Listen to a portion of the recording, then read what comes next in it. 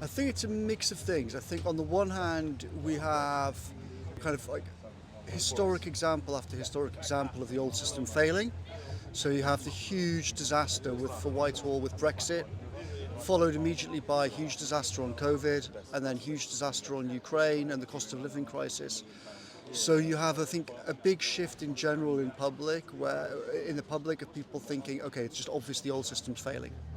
At the same time, I think what's happened in elite discussion is that there was a lot of desire to believe that the old system was actually okay and that it was just Brexit that was the problem.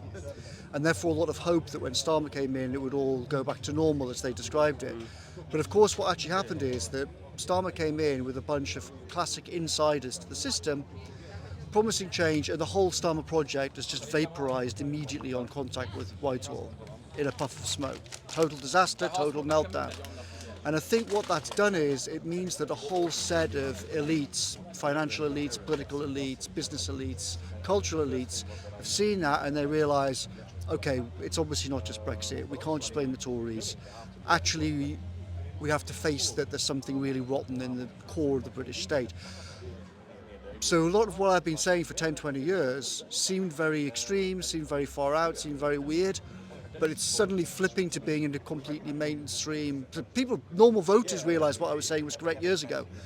But what's happened recently, just in the last 6, 12 months, is that elements of the elite system itself are now having to confront this reality.